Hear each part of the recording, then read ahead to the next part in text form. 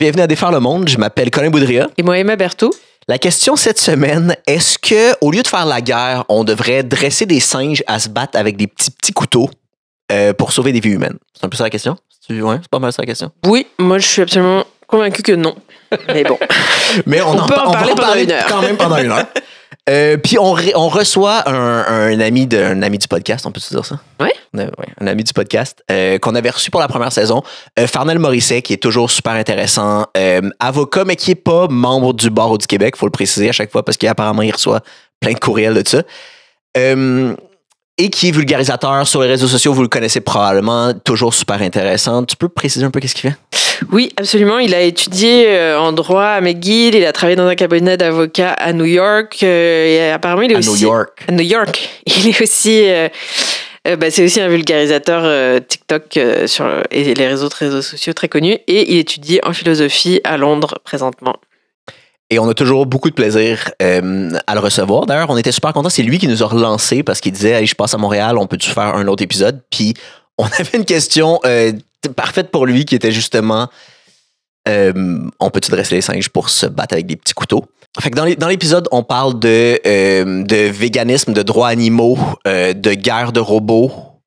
De Jeux olympiques, de chats espions. C'est vrai, on parle de chats espions. J'avais oublié ça, j'aime beaucoup ça. De chiens avec des bombes aussi. Ouais, il y a beaucoup de bouts très, très tristes sur le traitement des animaux. Mais on a réussi malgré tout à avoir beaucoup de plaisir. Si vous avez du plaisir en nous écoutant, vous pouvez aller. Super bon lien. On a un Patreon qui est Patreon/Colin Boudria ou chercher Patreon Colin Boudria, où vous pouvez payer mensuellement pour avoir accès aux épisodes audio plus rapidement, aux épisodes vidéo plus rapidement pour un peu plus cher, et aussi vous pourrez soumettre des questions. Si vous avez des bonnes idées de questions de bâté que vous voulez qu'on discute avec des experts, parce que c'est ça le concept du podcast, c'est un 275 à l'autre drogué. Donc, soumettez-nous des questions. On a besoin d'aide pour avoir plus de questions. Sinon, vous pouvez aussi continuer à écouter le podcast sans payer. Les épisodes vont toujours être gratuits, disponibles sur les plateformes de balado. Si vous en écoutez sur les plateformes de balado qui vous permettent de coter le podcast, c'est toujours super aidant que vous nous mettiez 5 étoiles ou que vous mettiez des commentaires. On apprécie ça beaucoup et ça aide énormément. Même chose, parlez-en à des gens, partagez-les. Et abonnez-vous ces affaires-là si vous regardez sur YouTube. Mais sinon, merci beaucoup. Bonne écoute. Tu peux vérifier c'est quoi l'adresse du Patreon, juste parce que j'ai l'impression qu'à chaque fois on n'est pas sûr.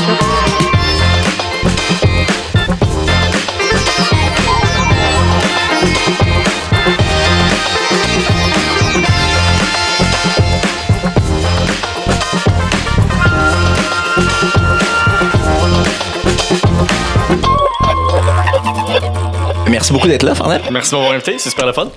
Est-ce qu'on devrait dresser des singes pour se battre avec des petits couteaux plutôt que faire la guerre? Ouais, moi, je vois tout de suite l'image des Simpsons oui, sur le bateau. C'est exactement le meme que j'avais en tête. Ouais, juste à grande échelle. Oui, probablement beaucoup de singes, parce que faudrait que ce soit financièrement viable pour les entreprises d'armement. Fait qu'il faudrait probablement qu'il y ait beaucoup de singes avec beaucoup de petits couteaux. Le complexe militaro-zoo-industriel doit être quand même financé à bonne échelle, je suis d'accord. Moi, je vois deux volets un peu là-dedans. Okay. Il y a, premièrement, est-ce qu'il y a des alternatives viables à la guerre qui peuvent être justement une espèce de soit une confrontation sportive, soit un showdown quelconque, plutôt que faire la guerre de façon plus classique. Puis l'autre volet, c'est les droits animaux, en fait. Si on tombe dans, c'est ça, est-ce que c'est faisable de faire souffrir des singes si on peut sauver des vies humaines?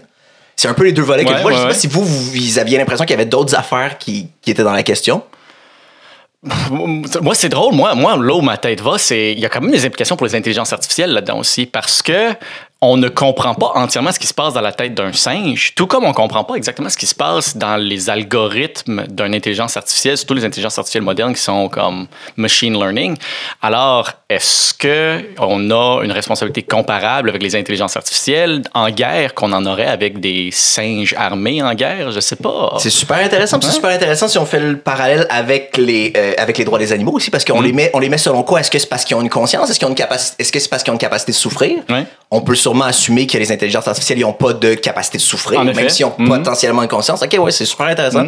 Parce que toi, c'est c'est un peu ce que tu vois dans l'avenir, ça va être des intelligences artificielles qui vont se battre à la place des humains. Ben, ça va soit être des intelligences artificielles qui vont se battre à la place des humains, ou ça va être la planète des singes. Oui.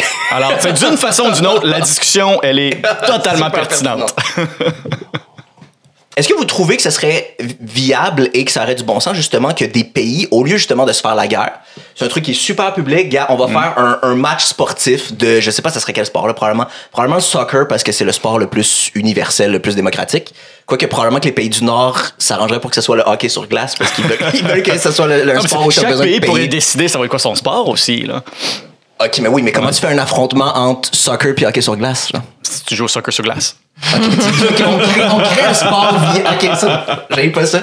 Mais tu sais, j'ai l'impression que ça pourrait être ça serait une façon de sauver plein de vies humaines. Ça pourrait être super intéressant. J'ai l'impression même que les matchs seraient super intéressants parce qu'il y aurait des enjeux gigantesques. Ben, c'est ça. Il y a plein de gens qui se mettent à parier sur le sport pour que ce soit plus vrai pour eux. Ben là, c'est vrai en maudit. Oui, là, t'as des gros enjeux. Ça se peut que je perde ma maison et je sois obligé d'aller vivre ailleurs s'ils perdent leur match.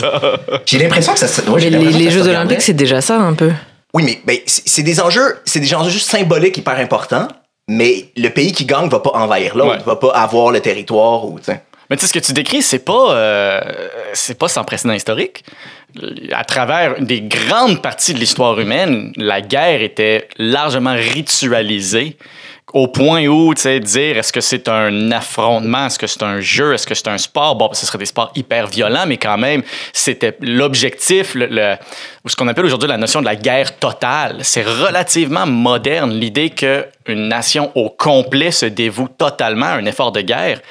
Ça a seulement vraiment été possible avec l'industrialisation. Puis si on monte assez longtemps, anthropologiquement, on sait que les guerres, c'était hyper ritualisé. Dans le sens où s'il y a des moments où on fait des trêves, s'il y a des moments où on arrête de se battre, en fait, c'est ça, c'est comme des règlements. Ouais. C'est quoi, ouais?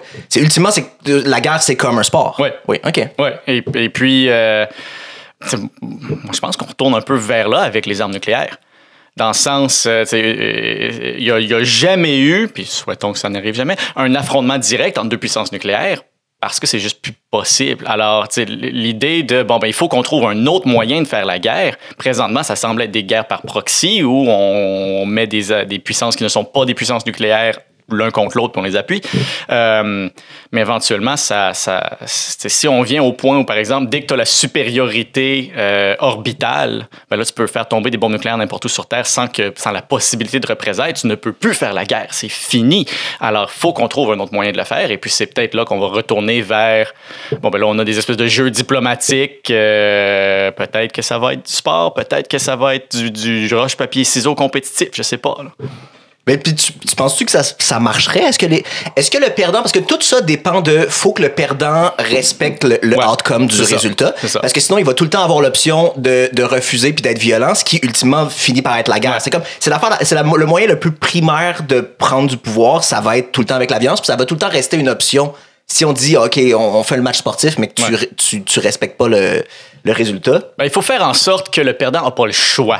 Que si le perdant refuse, il est complètement anéanti. Puis généralement, dans les situations de guerre ritualisée, c'était un peu ça. C'était des puissances qui étaient très petites, où la différence 5-6 guerriers de plus ou de moins, c'était la différence entre une bataille égale ou la destruction totale de l'autre côté.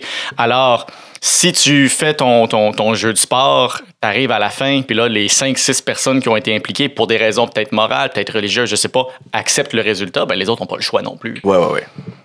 Ouais. Ou faut qu'il y ait une autre structure, genre une espèce de gouvernement planétaire, ou quelque chose qui supervise l'affaire, qui va s'assurer que ça soit respecté. C'est un Starlink nucléaire, là, genre. Mais toi, t'avais-tu entendu parler, parce que toi, t'es une grosse fan de Jeux Olympiques, justement, là? Puis moi je suis pas un amateur de sport. Justement, des fois je me dis que je devrais parier parce que ça me mettrait des enjeux puis je serais plus dedans. Mais aux Jeux Olympiques en 56, il y a eu un match de water polo entre la Hongrie puis l'URSS. Puis l'URSS venait d'envahir la Hongrie parce qu'il y avait eu une révolte étudiante, quelque chose comme ça. Puis les Hongrois ont battu 4-0 les Soviétiques dans le match, mais avant la fin du match, il y a un Soviétique qui a frappé un Hongrois, il y a eu du sang dans la piscine, puis tous les spectateurs sont descendus à côté autour de la piscine, ils crachaient sur les Soviétiques, ils les menaçaient avec leurs poings. Fait que les gens étaient super investis parce qu'il y avait des Hongrois dans les spectateurs, puis sinon c'était des Australiens parce que c'était en Australie.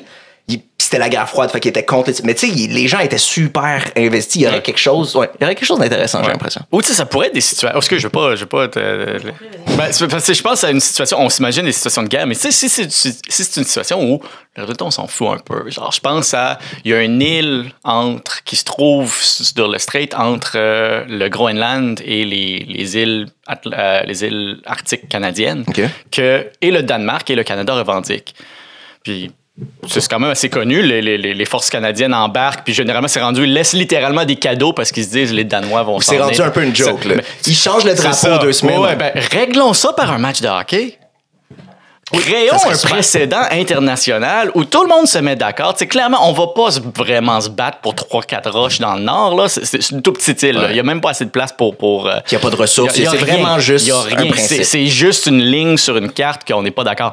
Créons un précédent historique où on va régler ça par un match de hockey. Mais en plus, ça pourrait être monétisé, ça pourrait être médiatisé. Puis les revenus du match seraient probablement bien plus importants que la valeur de l'île. Sûrement. Ou tu sais, à la limite, tu te dis, ça va être qui le propriétaire pour les 5 prochaines années? T'en fais une franchise. Ah ouais. Ah oui, il y a de quoi. Ah ouais. Ce serait qui l'arbitre? T'sais, si on décide que la guerre va être réglée par un match de soccer, c'est qui l'arbitre? Bon point. Puis il va avoir des arbitrages controversés. Genre le but d'Alain Côté. Le but d'Alain Côté. T'imagines-tu si genre la Deuxième Guerre mondiale avait tourné sur le but d'Alain Côté, on serait encore dedans. Ça, c'est vrai, mais en même temps, il y a sûrement... En passant, je viens de Québec, alors le but, il était bon. Mais il y a c'est sûr qu'il y a des exemples aussi de vraies guerres où... ça s'est joué sur une petite affaire où le pays qui a été vaincu considère qu'il y a eu une tricherie. Ou, je veux dire, ça se retrouve même dans des situations de guerre officielle. Le référendum de 95. Ouais. Si tu veux un exemple de guerre ritualisée, historiquement, la décision de se joindre ou de se défaire d'une fédération, d'une autre entité politique, c'était quelque chose qui relevait des décisions militaires. Le faire en référendum, on pourrait voir ça comme une guerre ritualisée, et puis que ça ait tourné après ça sur des décisions qui ont été très controversées et le sont encore aujourd'hui. Peut-être ça nous donne une idée de comment ça pourrait jouer. Non? Mais en fait, potentiellement que toutes les formes de démocratie, on peut voir ça comme... Parce que c'est une façon d'obtenir le pouvoir sans utiliser la force. Fait que ça reste un peu... C'est ce qui, à une certaine époque, aurait été un conflit physique, violent. Ouais. Mais là, on fait, non, ce parti-là a gagné, fait qu'on va les laisser être à la tête du pays pendant tant de temps sans que ça vire en guerre civile. Mais c'est que, le chemin de la guerre à la démocratie, selon moi, est assez clair. Tu commences avec, chaque fois qu'on a une décision, on a un désaccord, on se tape sa gueule. Pas super efficace. Éventuellement, tu dis, OK, tout le monde, moi, il y a plus de gens qui sont d'accord avec moi, qui sont d'accord avec toi. Ça fait que si on se tape sa gueule, tu vas te faire plus taper sa gueule que moi, ça fait que tu vas perdre. Ça fait que pourquoi se livrer? C'est ça, le 50% plus 1. Le 50% plus 1, c'est ça. Si on en vient à se battre, c'est qui va avoir le plus de soldats de son bord? C'est probablement lui qui va gagner. Donc, accordons-lui la victoire. À son plus simple, c'est ça une démocratie, tu sais. Puis ça, j'en suis persuadé, je le crois, puis j'étais un fervent partisan favorable à la démocratie, mais la démocratie, c'est violent. Voter, c'est un geste de violence. Aller à l'urne puis dire « je vais utiliser ma part de la capacité potentielle de taper sa gueule de mes voisins dans une guerre civile. » Je ne voyais jamais de même, mais voter, c'est un geste symbolique de si j'avais à me battre, je serais de ce côté-là. Exactement. C'est ça, selon moi, on ne va pas jusqu'à la force, mais derrière le geste, il y a quand même implicitement une volonté d'utiliser son pouvoir humain pour appuyer telle chose. Ce qui, tu sais, c'est un geste de violence. Et c'est un geste de violence qui est légitime, qui est ritualisé, qui est contrôlé pour limiter le tort, qui est fait de façon le plus égalitaire possible. On s'entend que le vote de ma grand-mère qui fait 5 pieds 2, si on venait à se taper sa gueule, j'adore ma grand-mère, jamais personne va faire ça, mais si ça venait à ça... Tu penses que t'aurais le dessus, ouais. C'est clairement un meilleur système, mais ça reste fondamentalement une forme de guerre ritualisée aussi, je pense. Ah ouais? Ça, c'est super intéressant, mais je le voyais pas du tout comme ça. Non, moi non plus, en tant que personne qui a aucune pulsion de violence, que j'ai aucun poids de force ni de violence, je le voyais pas comme ça non plus. Je pensais que t'allais dire en tant que personne qui a pas de pouvoir physique puis qui vote pas. Mais... Le deuxième, c'est ça, un peu le deuxième volet de tout ça, c'est je sais pas vous comment vous vous sentez par rapport à ça, mais est-ce que vous considéreriez que c'est acceptable dans l'idée des singes là, de sacrifier des vies animales si on peut sauver énormément de vies humaines? Est-ce qu'il y a un ratio, tu sais, puis là ça va tout le temps être un sweet spot, mais y a-t-il un ratio où c'est envisageable pour vous ou c'est jamais le cas, je sais pas. Moi, juste avant même d'embarquer là, il faut quand même reconnaître que les animaux ont été utilisés en guerre depuis toujours, là, que ce soit, je veux dire, les chevaux, des chiens, des éléphants, des pigeons voyageurs, ils ont tous été utilisés de cette façon-là. Puis souvent pour des opérations kamikazes, là, des chiens qui vont aller dans des champs de mines. Exactement, ou les éléphants qui étaient utilisés essentiellement comme des bulldozers, ben faut que tu descendes l'éléphant. Mais une façon vraiment tragique qu'ils utilisaient les animaux dans les guerres, c'est que la CIA avait essayé de former des chats espions en URSS. Et pour ça, ils implantaient un micro dans leur oreille et une antenne pour transmettre à la CIA ce que le micro dans l'oreille entendait. Et ils les lâchaient en URSS pour essayer d'espionner. Mais comme le premier chat, ça a coûté des millions de dollars, puis ils l'ont lâché à Moscou et il s'est promptement fait écraser par un taxi. Et après, la CIA a arrêté. Je suis sûr que c'est la seule fois dans toute l'histoire que la CIA a gaspillé des millions de dollars sur un projet fou. Je peux pas imaginer qu'ils font ça régulièrement.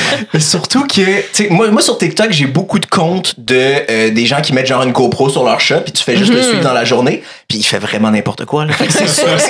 Mais j'imagine les gars de la CIA qui écoutent, puis qui sont juste assez. Il est en train de fouiller dans les vidanges, il est en train de chasser un écureuil. Pendant la Deuxième Guerre mondiale, les Russes avaient essayé d'entraîner des chiens à transporter des mines antipersonnelles en dessous de tanks allemands. J'ai vu ça. Mais le problème, c'est qu'ils entraînaient les chiens avec les tanks qu'il y avait, des tanks russes.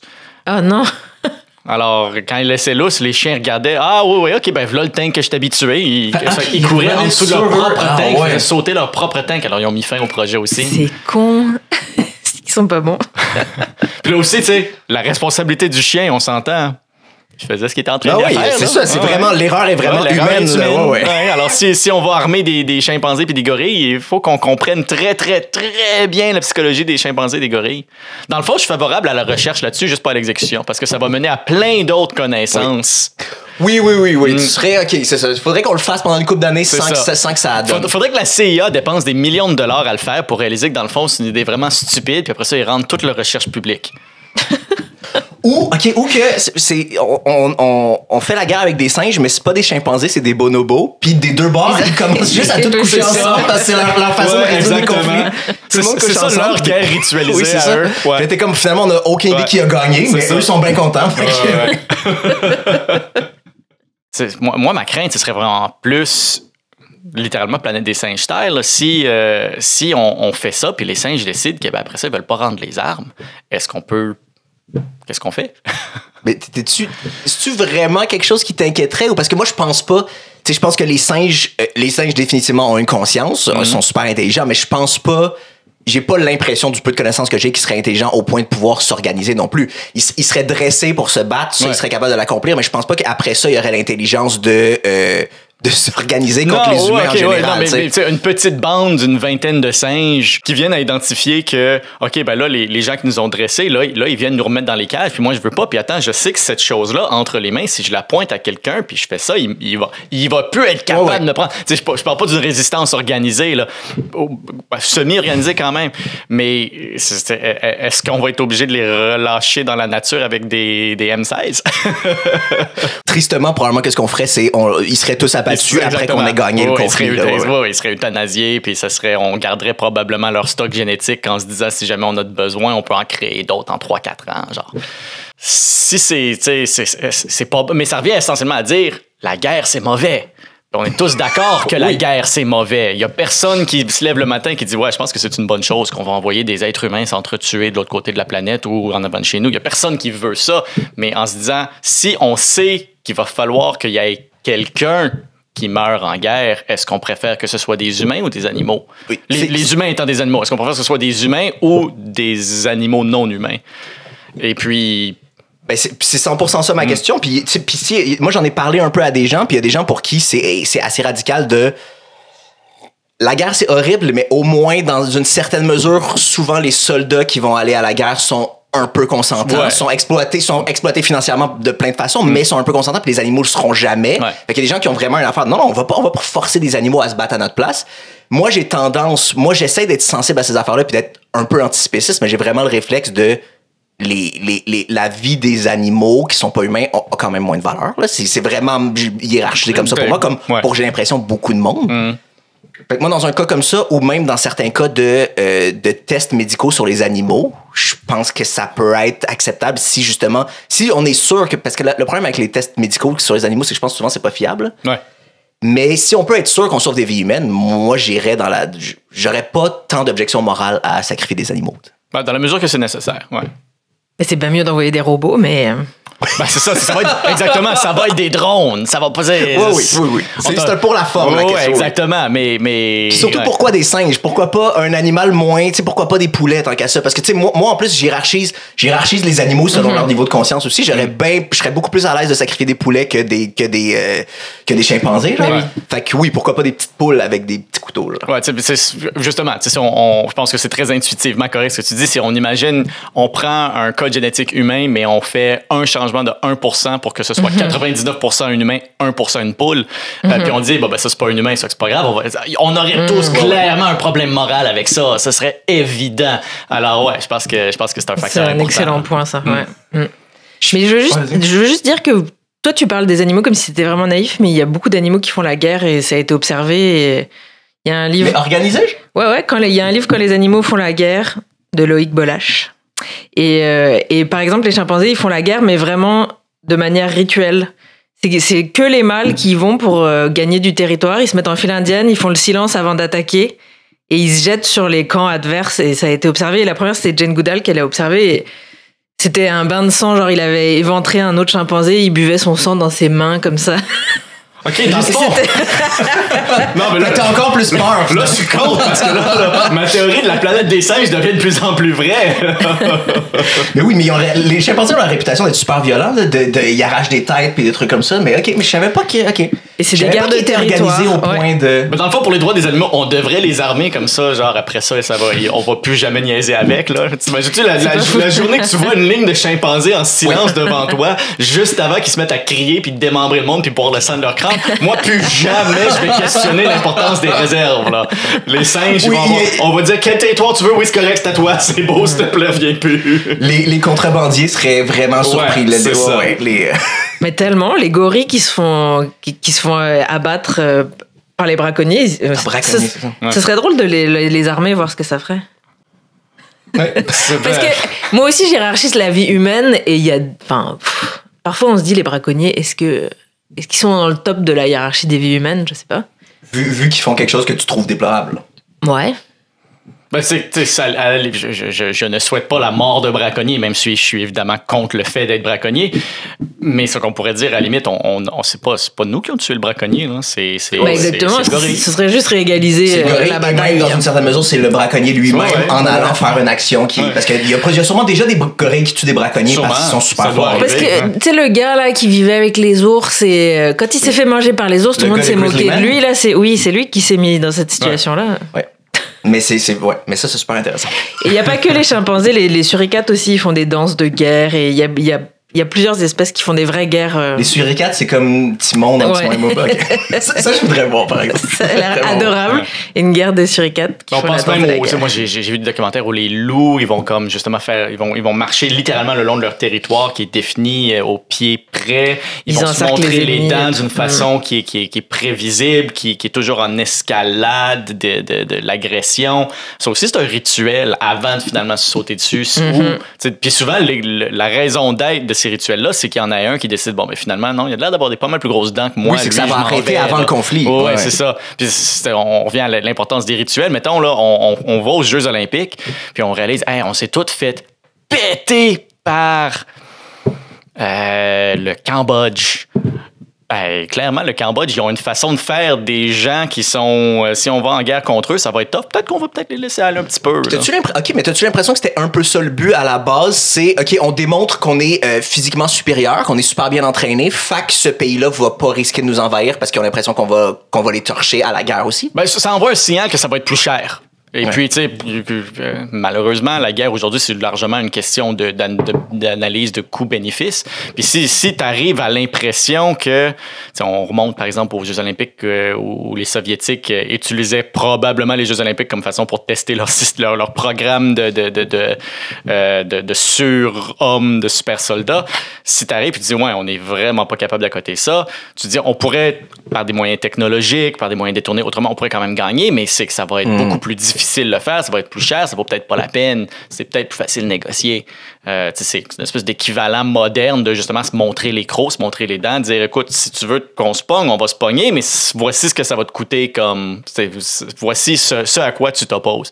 Ça peut être ça. Mais c'est super intéressant parce que moi, je le voyais, c'est ça, je le voyais comme un truc très patriotique de fierté nationale, les Jeux olympiques, mais pas une espèce de vraie démonstration de « hey, c'est ça qu'on serait capable si on était face à face dans un conflit. » Ouais. Mais je pense que tu peux pas faire la guerre si t'as pas le soutien patriotique de ta population. Puis les Jeux olympiques, c'est un truc d'honneur et de fierté de son pays et de... Ça va ensemble, genre, c'est tout lié, ça. Non, mais ça... Ouais, c'est ça, non, mais ça encourage une forme de guerre, mais idéologique, quoi. Mais je veux revenir sur quelque chose. Tu sais, tantôt, tu parlais justement de... les humains, on est des animaux, mais là, on parlait d'animaux non humains pour les droits des animaux. Votre opinion par rapport au véganisme, est-ce que ça inclut les humains? Parce que c'est un truc que je me demandais, mais tu sais, le but du véganisme, c'est réduire toute oppression sur les animaux, considérant que les animaux sont des humains. Ma question, c'est genre, est-ce que vous considérez que genre un iPhone peut être vegan, vu qu'il y a clairement eu de la souffrance animale à travers les gens qui sont allés dans les mines pour sortir le cobalt? Ouais. Est-ce que la souffrance humaine serait inclue dans votre idée du véganisme? Moi, ma conception du véganisme, c'est que je veux pas faire de mal aux autres si c'est pas nécessaire. Mais tu sais, si c'est pas nécessaire, il est quand même important là-dedans. Puis la façon qu'on conceptualise ce qui est nécessaire, c'est vrai pour la guerre, c'est vrai pour notre réalité économique et sociale. On a, veut pas, en un très court laps de temps, genre, on a conçu notre société d'une façon où si t'as pas ton téléphone intelligent dans ta poche, t'es essentiellement handicapé. Est-ce que je suis en train de faire une justification post-hoc? Sûrement, mais c'est quand même une bonne justification post-hoc que c'est rendu... Je pense qu'on n'est pas loin pour dire que c'est nécessaire. C'est essentiel pour être productif puis inclus dans la société, mais c'est pas essentiel à notre survie. Non, c'est pas essentiel à notre survie. Mais qu'est-ce qui est essentiel à notre survie? Si on décide de pas vivre au Canada, on n'a pas besoin de maison, on n'a pas besoin de couper de bois, on n'a pas besoin de... Oui, ça peut aller loin. C'est ça. Alors, c'est là où est-ce qu'on définit ce qui est nécessaire? Puis si on revient à l'idée de la guerre, bien, évidemment... On pourrait vivre notre vie au complet sans jamais faire de guerre, mais ce qui semble arriver, c'est que quand tu as des populations humaines et des ressources limitées, on arrive à se faire la guerre. Donc, la guerre semble être, d'une certaine façon, parfois nécessaire. Puis là, si c'est nécessaire, ben, il va y avoir du mal associé à ça, que ce soit aller dans les mines pour sortir le cobalt qui me permet d'avoir une batterie dans ma poche ou que ce soit autre chose. On vient un peu à la question de consentement aussi. Celui qui rentre dans la mine en Afrique subsaharienne... C'est clairement pas du consentement éclairé, c'est une contrainte. Là. Exactement. J'hésite beaucoup à appeler ça du consentement. Puis j'embarque pas non plus dans l'espèce d'idée qu'on sort des fois que, ben ouais, mais s'il est là, c'est parce qu'il est mieux à faire ça que s'il vivait dans une ferme de subsistance. Je suis pas tant certain que ça. Surtout si on a préalablement pris possession de toutes les terres où on pouvait faire de l'agriculture. Mais c'est pas moi tout seul, c'est pas toi tout seul, c'est pas toi tout seul qui va décider, bon ben, ceci n'est plus nécessaire à ma survie, alors je ne le fais absolument plus, au point où on va pas tout être Diogène qui vit dans des barils de vin sur le bord de la route en criant aux gens qui passent, là. C'est sûr que lui, il vivait vegan, mais est-ce que c'est nécessaire de vivre comme lui? Je suis pas sûr. Puis oui, puis si moi je boycotte mon téléphone, ça va pas faire de changement concret non plus. Parce que ça va faire un changement concret, mais est-ce que ça va faire un changement suffisamment concret qu'on peut appeler ça une solution? Je pense pas. Ouais.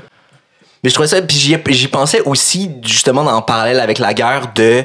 T'sais, avant même le conflit actuel, mais il y avait une période où ça avait beaucoup circulé sur Internet comment comment l'armée israélienne essayait de vegan washer son armée. Là. Ils se vantaient qu'on est l'armée la plus flexible pour nos soldats qui sont véganes. On offre des repas véganes. Ouais. On a même des bottes militaires. Puis je trouve que le symbole est fort. Là. On a des bottes militaires en cuir vegan. Ouais. Mais puis c'est vraiment, tu sais, qu'est-ce que tu fais avec ces bottes-là? C'est ça, tu vas écraser la tête d'un être humain avec ta botte qui est pas faite en cuir animal. Il y a un peu quelque chose de... Oui, c'est ça. On a une vision du véganisme de oui, OK, on va faire attention pour les animaux, mais après ça, on va presser des humains, puis c'est tout sur le même continuum pour moi, là, mais ouais. Ouais, j'aborde un peu dans le même sens. Là, l'idée de... C'est que ça va arriver un jour, là, quelqu'un va dire cette mitraillette en K-47, elle est entièrement vegan, fair trade. C'est comme, ouais, mais non, mais le but du truc, oui, c'est ça. La chose existe pour faire mal à quelqu'un. Puis là, tu peux dire, ça peut exister pour faire un mal défensif. Je suis d'accord, mais je veux dire... Come on, là. T'es plus en train de faire... C'est plus de bonne foi, ton commentaire. Là. L'Israël est quand même un des places au monde où t'as les développements véganes les plus avancés. Les percées technologiques du véganisme viennent presque tous de l'Israël. Alors, je suis pas surpris qu'ils incorporent ça dans leur force militaire non plus, mais après ça, qu'est-ce que t'en fais? C'est plus là la question. Moi, j'aimerais bien qu'on parle plus de, justement, la guerre des robots, parce que c'est ça la meilleure alternative à la guerre des singes. Mais...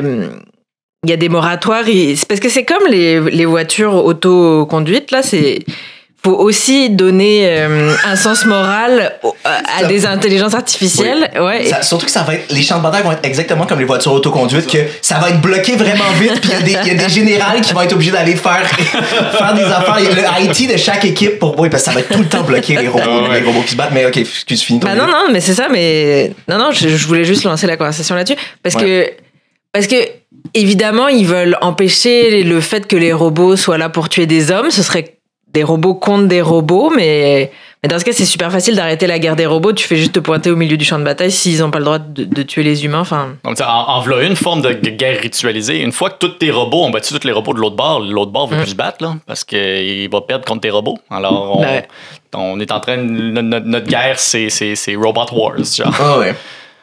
Mais ça a l'air bien, sauf que évidemment ça favorise juste les pays riches, mais bon, mais la guerre traditionnelle favorise les pays riches aussi, là, ouais. Puis l'affaire, c'est que comme ça se passe en ce moment, justement avec les drones, c'est que l'autre bord a même pas encore de robots. L'autre bord, fait que ça fait que c'est des civils ou des soldats humains qui se font tuer par des robots. Ouais, mais ça faut faire attention avec ça, parce que je veux dire, ce qui se passe en Ukraine présentement, puis ça c'est fascinant, des drones à... Tu peux aller au Best Buy du coin puis t'en acheter un à 200-300$. Tu le ramènes chez toi. Quelqu'un qui connaît un petit peu ça est capable d'ajouter une caméra. Qui est capable, ça devient des outils de guérilla, genre. Oui, c'est ça. Il y a des soldats russes qui ont des milliers et des milliers de dollars d'équipement qui se font tuer par des grenades à 50$ qui sont laissés tomber par des drones à 300$. Ça favorise pas le plus riche nécessairement, car on a rendu à une technologie qui est tellement accessible de cette façon-là. Que ça peut être une forme d'égalisation aussi. Oui, OK. Mais ça, je suis d'accord, puis je trouve ça intéressant. Mais ce que je veux dire, c'est que pour l'instant, nos conflits, c'est pas un robot contre un robot. C'est des robots qui vont tuer des humains des deux bords. C'est ça. Il faudrait qu'on enlève l'élément humain des deux côtés, tu sais. Moi, ce qui me plaît, c'est que c'est vraiment la revanche des nerds, parce que c'est pas les gens forts qui s'embarquent dans l'armée, c'est vraiment les gens dans le club de robots de l'école et qui font des batailles de robots. Ouais, c'est ça, l'enfant qui se faisait écœurer à l'école par le gros jock joueur de sport de football, ben c'est lui là, maintenant aujourd'hui qui est important. Oui, le pouvoir a changé de main, vraiment. Oui. Mais moi, je pense que c'est important des robots, c'est que si on veut, présentement, on a essentiellement des robots qui sont contrôlés à distance, mais c'est que ces méthodes de contrôle-là sont vulnérables à de l'interférence. Alors, c'est juste une question de temps. C'est peut-être déjà commencé que des intelligences artificielles, des robots qui ont... Tu sais, que si tu coupes leur connexion Internet, le robot est quand même capable de comprendre sa mission et l'exécuter. Mais là, qu'est-ce que tu fais si ce robot-là commet un crime de guerre de façon totalement autonome? C'est là que, selon moi, ça revient à la question des singes aussi, parce que qu'est-ce que tu fais si un gorille commet un crime de guerre? Qui est responsable? Qui est responsable? Carrément. Mais j'ai l'impression que... Puis moi, je suis pas avocat du tout, là, mais je suis pas membre du barreau du Québec. Moi non plus. Envoyez-moi pas de email, j'en reçois assez, merci. mais ça me semble assez intuitif que ça va être la personne qui l'a dressé ou la personne qui l'a programmé qui est responsable. C'est la personne qui a créé soit le singe, soit le robot qui a la responsabilité de ce crime-là, non?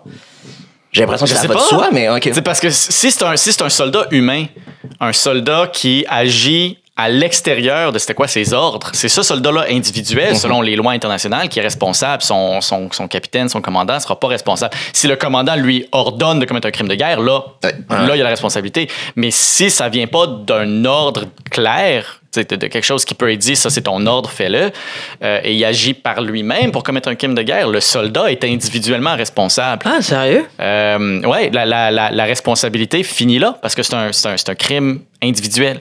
Là, il y a plein de gens qui utilisent ça pour dire je t'ai jamais officiellement ordonné de faire ça. C'est sous-entendu. Oui, on voit ça partout, mais je veux dire, la théorie du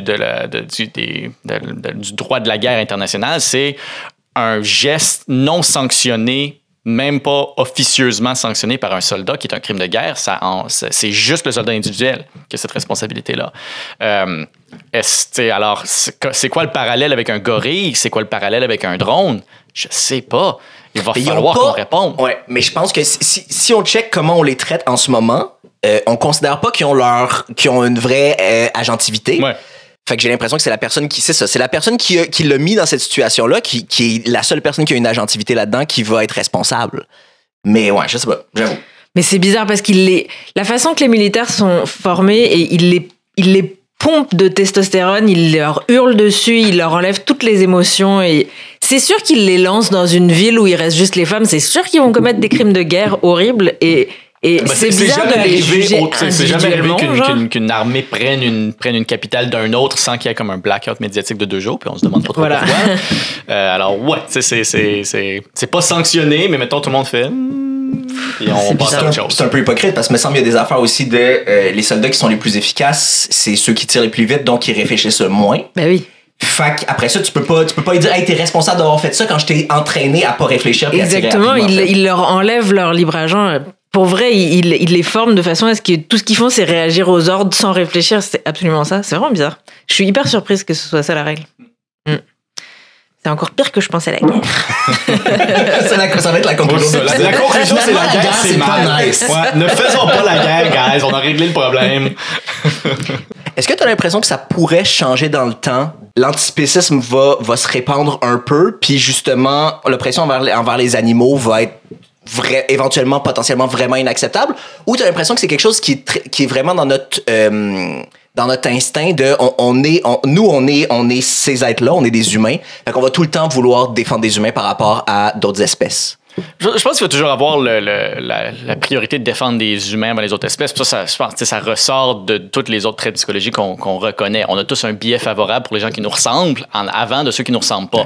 Ben, on peut extrapoler ça. On a tous un biais favorable pour les animaux qui nous ressemblent à ceux qui nous ressemblent pas. On a beaucoup plus de sympathie pour un chimpanzé qu'on en a pour une limace. Et ça, je pense que c'est un effet naturel. Mais tu sais, je pense que, selon moi, l'évolution de l'antispécisme va largement suivre l'évolution économique. Puis ça aussi, malheureusement, c'est un autre constat que je pense qu'on fait en regardant l'évolution morale humaine en général. L'évolution morale est plutôt à la remorque de l'évolution sociale et économique. T'sais. Et la morale, c'est quelque chose qu'on peut se permettre quand on a un certain statut puis un certain confort. C'est ça. L'opposition à l'esclavagisme aux États-Unis est seulement vraiment devenue un point critique quand le Nord s'est industrialisé.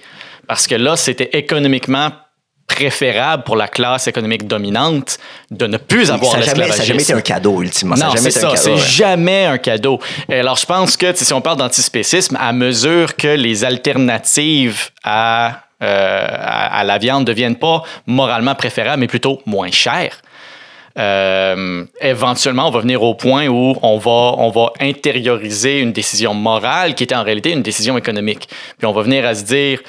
Ben oui, maintenant que tout le monde peut avoir du bacon qui sort d'un laboratoire où il n'y a jamais eu un cochon qui a souffert pour ça, ben c'est clair qu'on va regarder et on va dire « Ah, ça n'avait pas de bon sens. T'sais, ah, grand-papa, tu mangeais du bacon qui venait d'un cochon, mais tu savais pas qu'un cochon, ça a la capacité émotive comparable à un enfant de 4 ans. Tu savais pas que On le sait tous, mais... Comme il n'y a pas la viabilité économique qui nous permet d'avoir le confort de manger du bacon sans que ça vienne d'un cochon, on regarde ailleurs. Puis ça va devenir un problème moral quand il va y avoir une alternative sociale et économique préférable. Et puis quand les puissances sociales vont se ranger du côté des alternatives. Puis ça fit avec le fait que justement le véganisme, j'ai l'impression que ça reste quand même des tendances des pays du Nord là pour l'instant. Ouais. C'est ça l'affaire de ça, on peut se le permettre. C'est ça, parce que nous on les a, on a la capacité de faire la transformation qui permet d'avoir quand même le confort de l'équivalent d'une saucisse. Faut le reconnaître ça aussi. Alors je pense que ça va largement, ça va continuer à se développer à mesure qu'on continue à industrialiser, à économiser, à financiariser les avantages des alternatives à manger de l'animal. L'antispécisme va continuer à avancer parce que c'est à l'avantage des puissances économiques de pousser cette idée morale-là. Oui, mais t'as l'impression que ça sera jamais une décision strictement morale parce que je suis tombé, en fouillant là-dedans, je suis tombé un peu justement dans des trucs antispécistes Il y a des gens qui des fois même semblent extrêmes, mais qui voient vraiment ça sur un même continuum que être antisexiste, antiraciste. C'est vraiment, on va s'opposer à toutes les oppressions. Puis le plus vieux type d'oppression qu'on a en tant qu'être humain, c'est de considérer qu'on est supérieur et qu'on peut dominer les animaux. Ouais. Fait que eux, leur approche que je trouve quand même intéressante, c'est tant qu'on va commettre ce premier crime-là qui est considéré qu'on est supérieur. Il place ça avant le racisme et la misogynie. Non, mais il prend ça comme pas plus important, mais comme plus primaire de on va tout le temps tomber dans nos mauvais plis tant qu'on n'a pas exterminé cette tendance-là. Parce que c'est considéré qu'il n'y a plus aucune oppression si tu ne fais même pas une oppression sur les animaux. Puis il y a un bon point aussi de quand on déshumanise les gens, souvent on les traite d'animaux. On dit c'est des chiens, c'est des rats. Si t'adores les animaux, c'est pas si grave qu'on dit tel type de personne est un. Tu sais, c'est comme cette hiérarchie-là pourrait plus exister. On peut pas déshumaniser les gens si t'as même pas d'oppression envers les animaux. Je trouve que c'est poussé, mais je trouve que c'est intéressant aussi de. Tu peux pas avoir de haine si t'es antispéciste. C'est un peu leur point. Tu peux pas avoir de haine contre personne si t'es antispéciste. Mais... Ouais, on a dit plein de choses intéressantes, mais c'est parce que l'antispécisme, c'est pas que le véganisme et tout, mais parfois je pense que c'est encore pire l'élevage et l'abattage industriel et la vie que les poulets et les cochons qu'on mange ont. Je trouve ça pire parfois que l'idée d'employer les chiens pour faire la guerre. J'ai l'impression qu'ils ont quasiment une meilleure vie, mettons, je sais pas, les chiens... qui donnent leur vie pour nous aider pour les mines ou je sais pas, enfin... Ouais, dans leur quotidien où ils sont pas tout entassés, blablabla. Mais les chiens pour les tanks, justement, ils étaient tout le temps... Comment ils les dressaient, c'est qu'ils étaient tout le temps affamés puis ils mettaient un steak en dessous d'un tank pour y apprendre à aller en dessous du tank. C'est affreux, ça, c'est vraiment affreux. Mais... Oui, mais je comprends ce que tu veux dire. Ouais. Le cheval sur la ferme... Son quotidien est pas si horrible, même si à la fin il meurt. Ouais. Exact. On peut reconnaître qu'il est quand même... C'est quand même un animal qui est bon, la notion du consentement animal, je pense que c'est peut-être un espèce de faux débat, mais c'est un animal qui a une job, qui fait sa job. C'est sûr qu'il n'y a pas eu le choix là-dedans, puis ça, c'est un problème, mais entre le cheval sur une ferme traditionnelle et puis la poule d'élevage, il y a clairement une distinction entre les deux à faire aussi. Ouais. Et vous, si vous étiez un cochon, vous aimeriez mieux faire la guerre? Ça aurait pu être une question complète. Moi, je voudrais pas être en élevage, c'est sûr. C'est vraiment...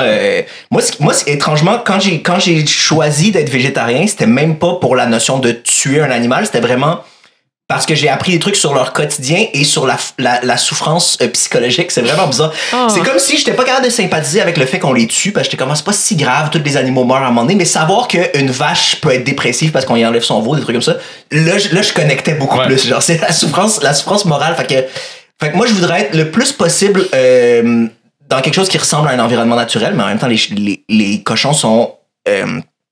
On les a utilisés depuis tellement longtemps, je sais même pas ça serait quoi leur environnement naturel, mais le plus possible en liberté. Souvent, j'ai des gens qui me disent « Ah ouais, moi je mange juste bio », mais c'est pas t'as jamais de ta vie mangé un cochon qui était pas génétiquement modifié, des cochons comme on les a aujourd'hui. Des milliers d'années, mais oui. Ça fait des milliers d'années que les cochons ne sont plus à l'état naturel. T'as jamais mangé un œuf à l'état génétiquement naturel parce que ça existe plus. Ah oui. T'as jamais mangé une poule à l'état naturel parce que ça existe juste plus. Ouais, c'est des animaux d'élevage qui n'ont jamais rien à voir avec ce qui était. Ouais. Mais être le plus libre possible puis mourir dans le moins de souffrance possible. C'est ça que je voudrais, mais...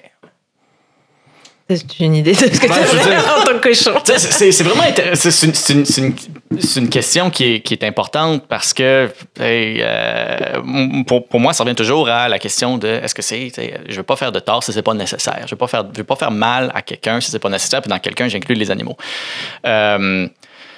Alors même là, même si l'animal il a la super belle vie, puis il arrive à la fin de sa vie, puis 10 minutes avant sa mort naturelle, je le tue pour le manger, j'ai quand même fait un tort à cet animal-là. Oui. J'ai enlevé 10 minutes de vie qui n'étaient pas nécessaires.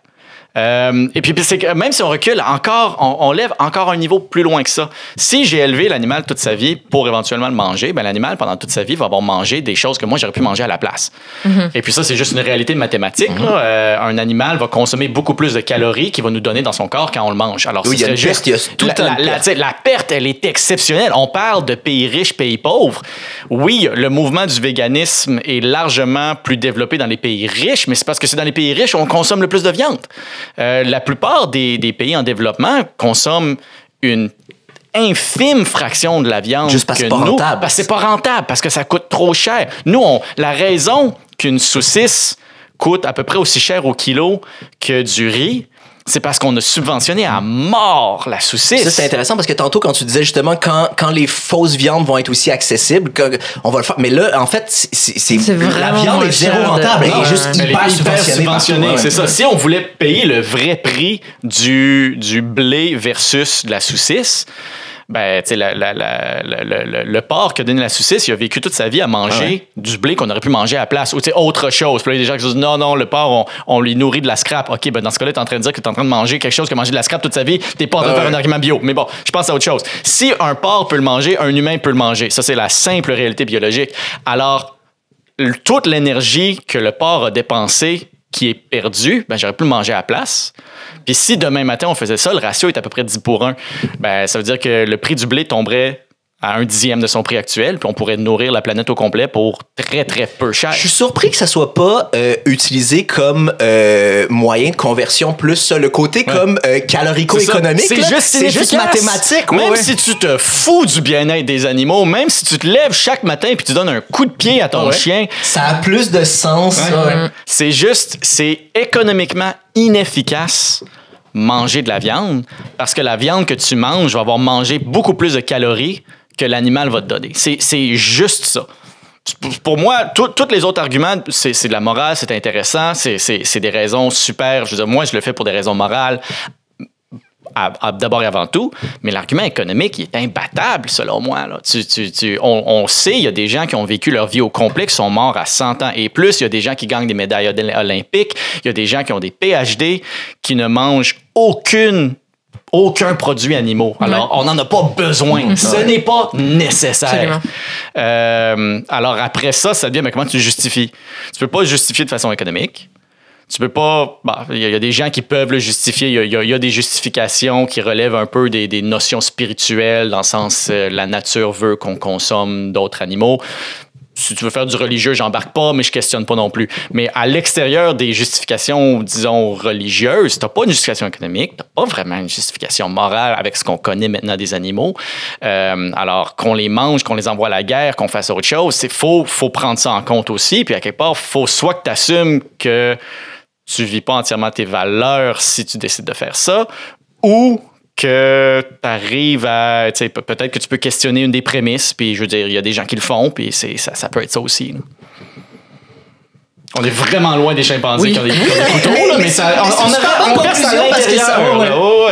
Mais c'était sûr qu'on allait tomber dans les trucs de droits animaux. Là. Ça allait un peu de soi. Moi, j'ai pas mal fait le tour des... Ouais, mais c'est juste que tantôt, t'as dit que les soldats, ils le choisissaient un peu de ça et ils le choisissent plus que les animaux, mais je trouve ça bizarre parce que quand même avec les drafts et toutes les générations c'est quoi draft en français? Non, c'est quoi le mot? Conscription. Conscription, oui. Avec les conscriptions dans plein de pays et même encore actuellement mais puis en ce moment, même quand il n'y a pas de conscription, souvent aux États-Unis, ils font exprès, ils vont chercher ils vont dans les high school, ils visent tout le temps les personnes plus pauvres. Fait que c'est jamais un vrai consentement. Mais tu sais, ils sont plus consentants que des animaux, puis ça existe des objecteurs de conscience aussi, puis ça reste une minorité, puis je dis pas que tout le monde devrait faire ça, mais en tout cas, ils ont plus de c'est ça, il y a des gens qui choisissent d'aller dans l'armée, il y en a. Oui, bien sûr. Il y en a qui aiment ça même, mais je sais, mais moi c'est juste que je pense juste à la France parce que c'est de là que je viens, mais de toute une génération où tu te faisais fusiller si tu y allais pas, et c'était tous les hommes jeunes d'un coup. Même ici, moi il y a un de mes grands-pères qui il a pas été drafté parce qu'il était trop maigre. Puis l'autre, il s'est caché dans une grange. Ouais. Mais oui, il y a plein de monde qui faisait ça, c'était obligé. Ouais. Mais ça, c'est comme de l'abattage, là. Enfin, c'est comme on traite les animaux de faire ça. Oui. Puis là, on tombe dans une autre affaire, mais même d'un point de vue stratégie militaire, c'est sûr qu'ils ont fait des études là-dessus. Des gens qui sont là contre leur gré, ça doit pas être des très bons soldats non plus. Ça doit pas faire des très bonnes armées. Là. Non, mais tu sais, c'est que ces gens-là sont là pour être des cibles, pas pour être des tireurs. Oui, c'est ça, c'est de la chair à canon. Oui, c'est ça. Ouais, je suis le consentement, faut faire attention à ça, même quand on parle d'humain, parce que oui, en effet, on le sait, l'armée vise des personnes qui sont défavorisées, tout ça, mais c'est une job. Si on dit que t'es pas consentant parce que t'as été visé, parce que t'étais complètement défavorisé, puis t'es allé dans l'armée, ben est-ce que t'es consentant si tu travailles au Tim Hortons? Oui, si on accepte qu'on peut acheter le consentement pour aller travailler dans un entrepôt de Walmart, on accepte qu'on peut acheter le consentement pour aller à la guerre. Alors oui, les humains sont plus consentants que les animaux, parce que les animaux n'ont pas la capacité de faire cette analyse économique-là de soit je vais à la guerre ou je fais autre chose. Si eux, ils n'ont pas le choix, ils sont beaucoup plus dans la situation de l'homme qui va se faire fusiller s'il refuse de se présenter au point de conscription. Ouais. C'est plate, la guerre. On vient à la conclusion. Je pense que la conclusion ultime, c'est ça, c'est que la guerre, c'est mal. Y a-tu des trucs que tu voudrais plugger où les gens peuvent te suivre, des choses dont tu veux parler? Ah, ça, c'est vrai. Je suis sur tous les réseaux sociaux. Oui. Je suis sur TikTok, Instagram, et Facebook. YouTube Short maintenant. YouTube en général, pas quand c'est moins d'une minute. Moi, je vois juste tes shorts. C'est ça, parce que quand c'est moins d'une minute, ça rentre dans les shorts, puis là, l'algorithme de YouTube est comme, on pousse ça en malade parce qu'on veut être le nouveau TikTok, mais TikTok est déjà le TikTok. Je vais pas faire la stratégie économique de YouTube devant ça, mais ça, je suis sur tous les gros réseaux sociaux, si vous voulez me suivre. X? Je suis sur X, oui. Sur Twitter, X Twitter. Et puis, le reste du temps, je vis loin. Alors, j'ai aucune idée, aucune conception. Les algorithmes me montrent rien du Québec, alors je sais pas ce qui se passe. Alors, la meilleure façon de me contacter, c'est juste de m'envoyer un message direct. Merci beaucoup. Ça me fait plaisir.